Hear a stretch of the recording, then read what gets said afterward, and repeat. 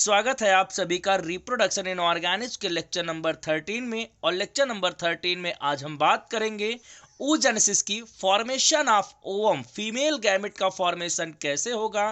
Video में जानेंगे primary oocyte कैसे सेकेंडरी oocyte में कन्वर्ट होता है और कब सेकेंडरी oocyte ओवम में कन्वर्ट होता है। वीडियो में जानेंगे फॉलिकल सेल के फंक्शन को, स्ट्रक्चर को, उनके द्वारा सिक्रीट किए जाने वाले हार्मोन्स के बारे में। वीडियो में जानेंगे हार्मोन्स कौन से रिस्पॉन्सिबल होते हैं oogenesis की प्रोसेस के लिए। तो आप हैं अपने यूट्यूब चैनल बायो पॉइंट पे। इस चैप्टर के सभी पार्ट के लिंक डिस्क्रिप्शन बॉक्स में मौजूद है। oogenesis is the formation of female gamete. It means ovum के फॉर्मेशन की जो प्रोसेस है उसको हम oogenesis कहते हैं।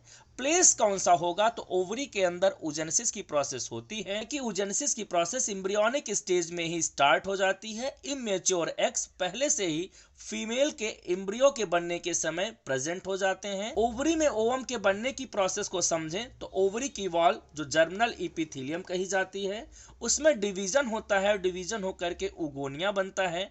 उगोनिया से प्राइमरी oocyte बनते हैं। प्राइमरी oocyte से सेकेंडरी oocyte और सेकेंडरी oocyte से ओवम या ओटिड का फॉर्मेशन होता है। ये बेसिक बात आपको जान लेनी है कि जर्मिनल इपिथेलियम से उगोनिया से primary oocyte, secondary oocyte and then ovum का फॉर्मेशन होगा।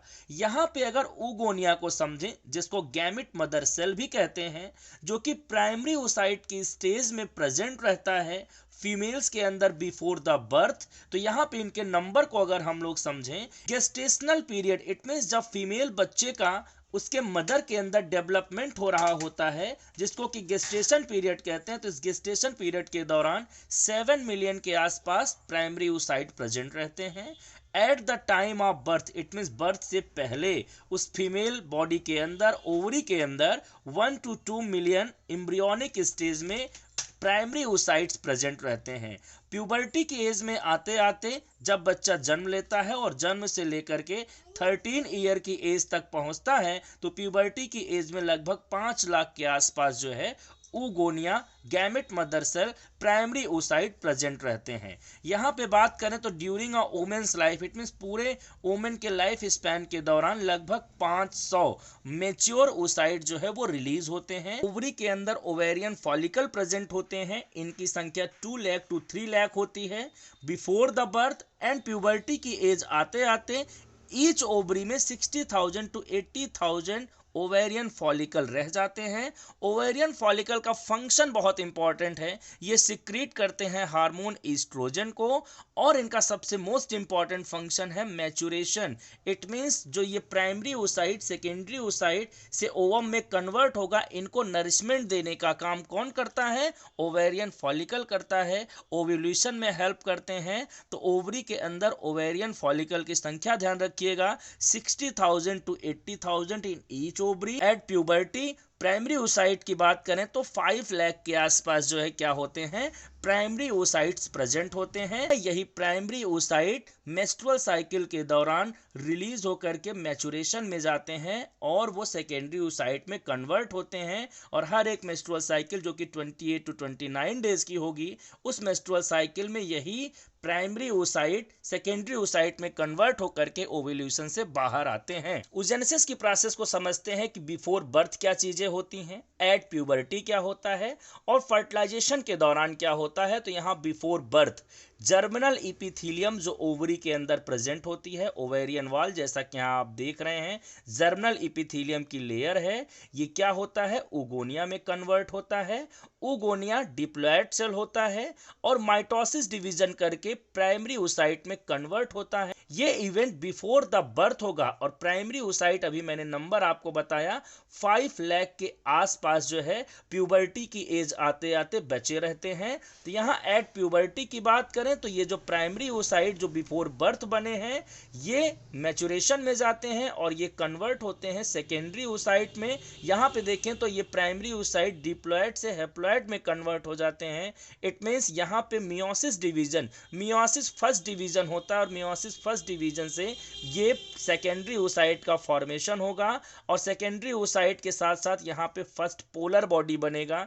जैसा कि मेल में डिवीजन होने पे हर एक सेल स्पर्म को बनाता था, लेकिन यहाँ पे ऐसा नहीं होगा। यहाँ पे एक ही, it means meiosis first division से 2 सेल बनेंगे, उन दोनों में से एक पोलर बॉडी कहा जाएगा। पोलर बॉडी का फंक्शन अभी अननोन है और ये सेकेंडरी oocyte आगे चल करके ओवम में कन्वर्ट होगा। एट प्यूबर्टी ये सेकेंडरी oocyte बनेंगे। इसमें सेकेंडरी oocyte ही ओवल्यूशन की प्रोसेस से बाहर आते हैं हर एक मेंस्ट्रुअल साइकिल में, ओवम में कन्वर्ट नहीं होते हैं। ओवम में कब कन्वर्ट होंगे? इट मीन्स फर्टिलाइजेशन के दौरान जब स्पर्म पहुंचेगा, जैसा यहाँ आप डायग्राम में देख रहे हैं, तो स्पर्म क्या करता है, अपना न्यूक्लियस इस ओवम के ओप्लाज्म में क्या करता है, रिलीज कर देता है। और जब ये न्यूक्लियस यहाँ पे पहुंचता है तब ये सेकेंडरी oocyte ओवम में कन्वर्ट होता है और इस दौरान सेकेंड पोलर बॉडी का फॉर्मेशन होता है। एंड इस तरीके से तब जाकर के एग या ओवम का फॉर्मेशन होगा। इट मीन्स फर्टिलाइजेशन के दौरान ये सेकेंडरी oocyte ओवम या ओटिड में कन्वर्ट होते हैं। तो ये ध्यान रखिएगा आप, मियोसिस फर्स्ट का डिवीजन एट प्यूबर्टी होता है मेंस्ट्रुअल साइकिल के दौरान। ओव्यूलेशन के बाद जब फर्टिलाइजेशन होना होता है तब ये मियोसिस सेकंड डिवीजन अपना कंप्लीट करते हैं और मियोसिस सेकंड डिवीजन कंप्लीट करके ये एग या ओवम या ओटिड में कन्वर्ट करते हैं, हैप्लॉइड फीमेल गैमेट बनाते हैं। यहाँ पे ओवरी के अंदर देखें तो यहाँ पे जर्मिनल एपिथेलियम की लेयर है, फॉलिकल सेल्स हैं। प्यूबर्टी के दौरान यही जो फॉलिकल 60 to 80,000 के आसपास नंबर में बने रहते हैं, ये क्या करते हैं, प्राइमरी oocyte को सराउंड करते हैं, जैसा कि आप यहाँ पे देख रहे हैं, जिसको हम लोग प्राइमरी फॉलिकल्स कहते हैं।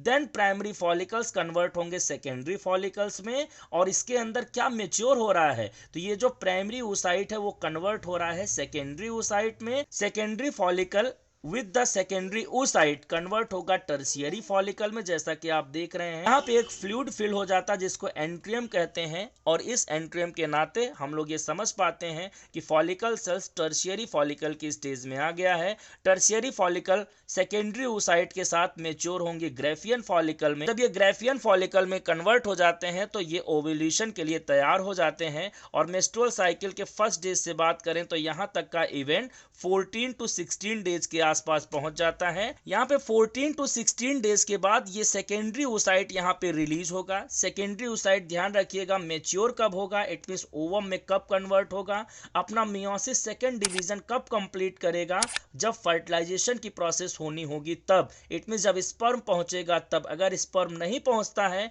तो हर एक मेंस्ट्रुअल साइकिल के दौरान यही सेकेंडरी oocyte बाहर आ जाते हैं आफ्टर कंप्लीटिंग 28 to 29 डेज। यहाँ पे देखें तो rest part of Graafian follicle convert हो जाते हैं कार्पस लूटियम में। कार्पस लूटियम बहुत ही इंपॉर्टेंट है।